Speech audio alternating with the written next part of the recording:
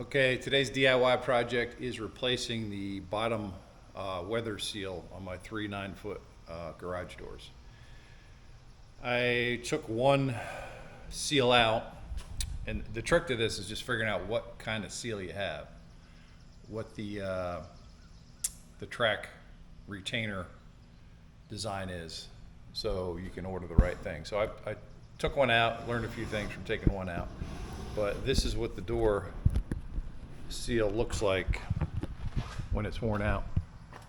I've never changed a door seal on any garage doors in my life, but I'm on a mission. If you look at some of my prior recent videos, I'm on a mission of sealing my house before winter to keep mice out. So I had a lot of mice intrusion last winter when I was away, mice in the crawl space, so I got that taken care of.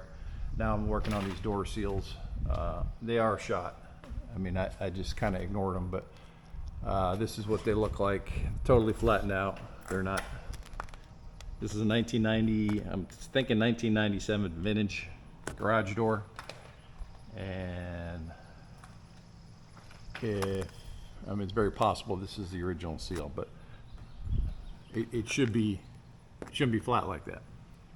This is the new seal, and I'll talk about how I inspect it, but it should look, on the bottom of the door, it should look like this.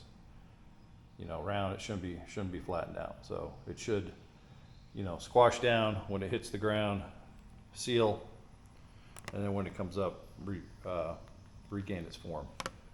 So my door, there's a lot of stuff, a lot of gap, a lot of light coming underneath it, and especially in the corners, there's a big gap for, you know, any mice can get in here. But the first thing is to understand what kind of retaining design you have. So mine is round, not T-shaped. So there's, I think, from what I understand, two styles, round and T-shaped. So that weather seal has beads on both sides, and my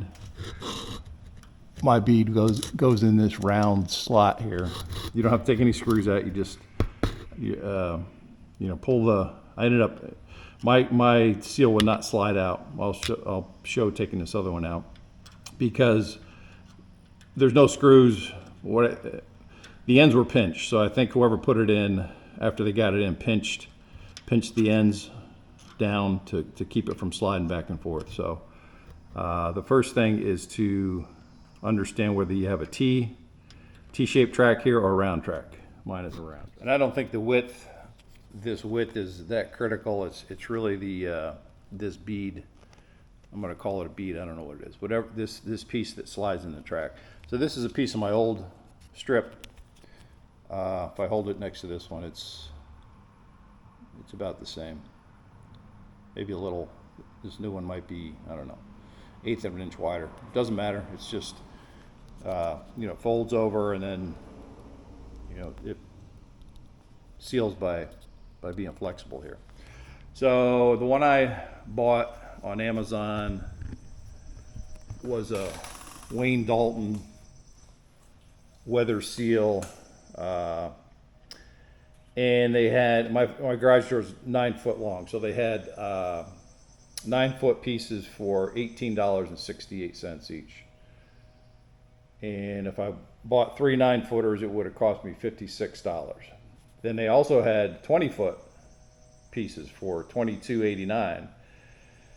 So I could buy 60-foot or 40-foot, two 20-foot rolls for $45.78. So I saved $10 by buying two 20-foots, and then I'm going to have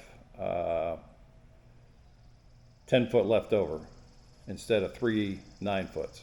And I wanted a little extra for the ends because I wanted to seal over in the corner. So I wanted, you know, 9, like an inch overhang on each side. So in the small print on this Wayne Dalton spec sheet, it did say that the length is 2 inches longer than you order. So if you do order a 9-foot section, you're getting 9 foot 2 inches, which is about perfect.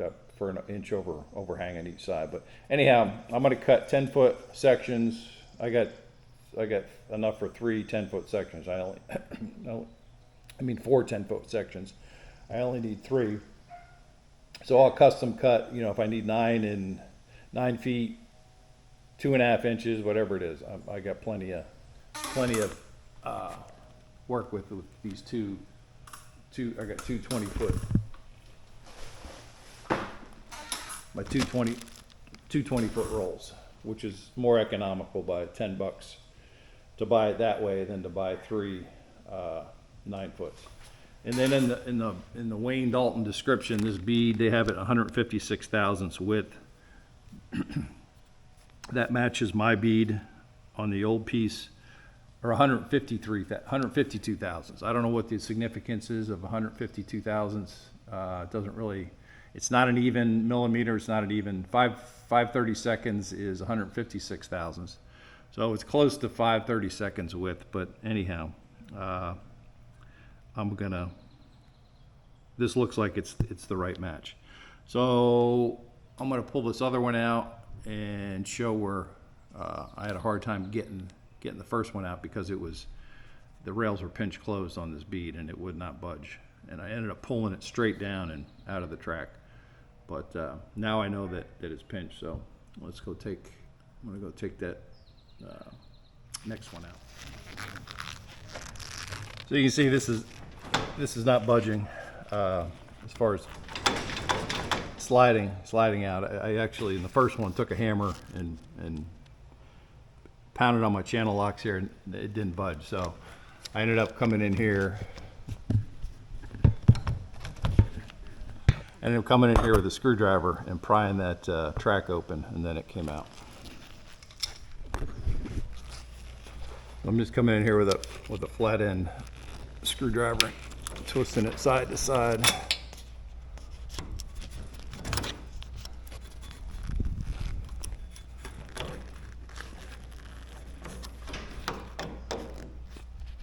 Until I get that to open up.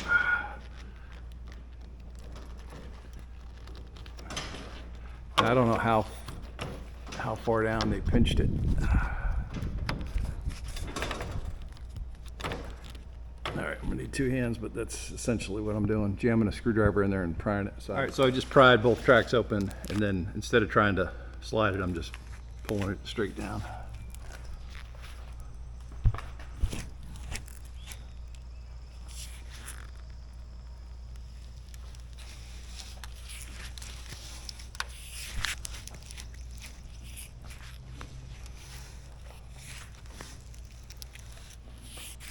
And it's not taking a lot of tension to get this loose, so I'm not worried about it deforming that groove.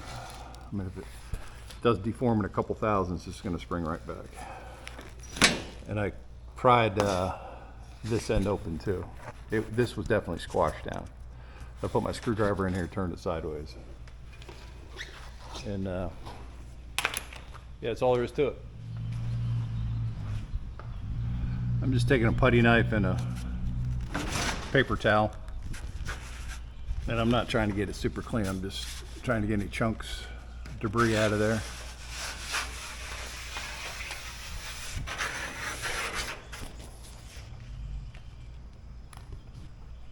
So there's some debris on there, so I'm going to just run that paper towel up and down there a few times.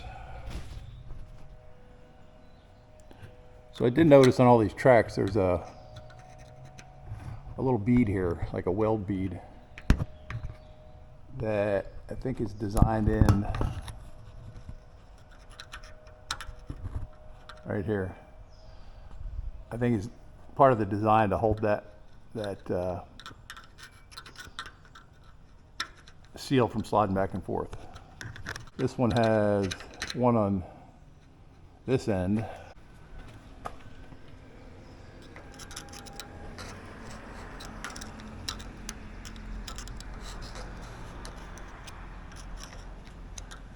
Actually, the bead is only on the one track, on the outside track, on both ends. There's nothing on the inside track. So I think that's the design. You're supposed to pinch this outside track down once you get it in there, and that bead will bite into the seal and keep it from sliding back and forth.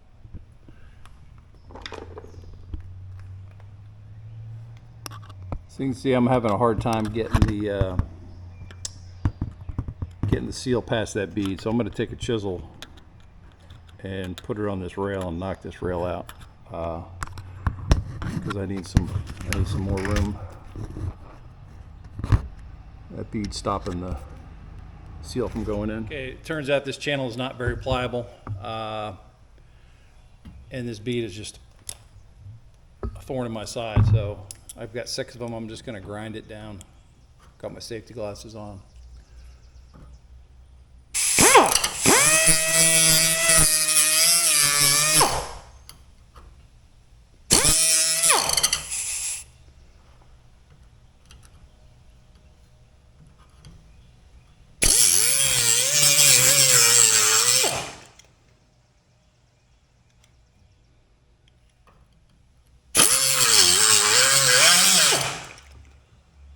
All right, let's do it.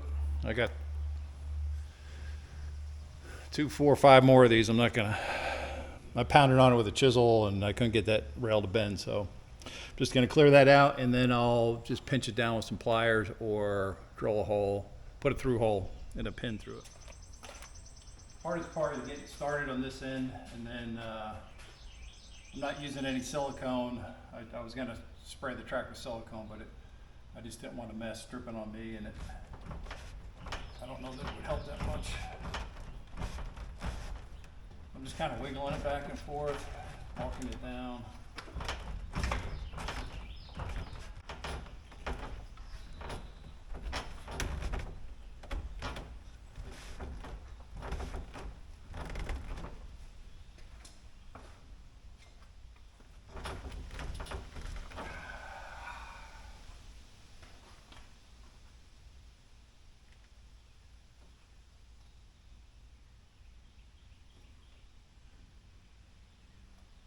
I'm gonna have to get my faithful assistant.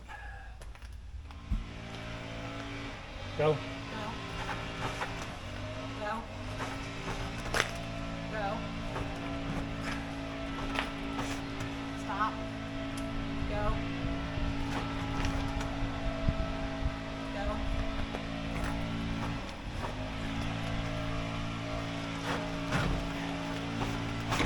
Stop.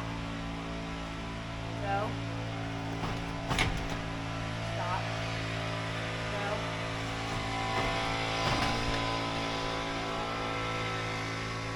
Go. Go.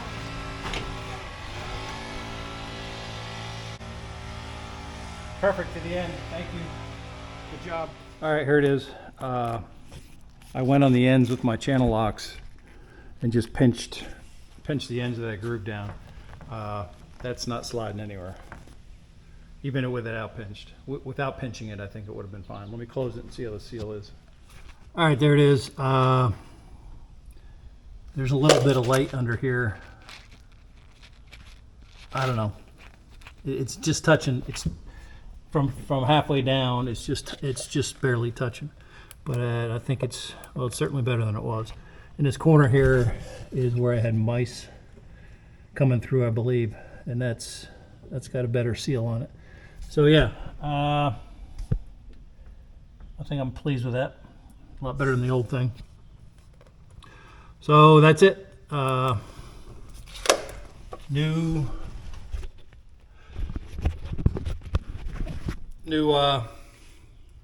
bottom seal on the garage door.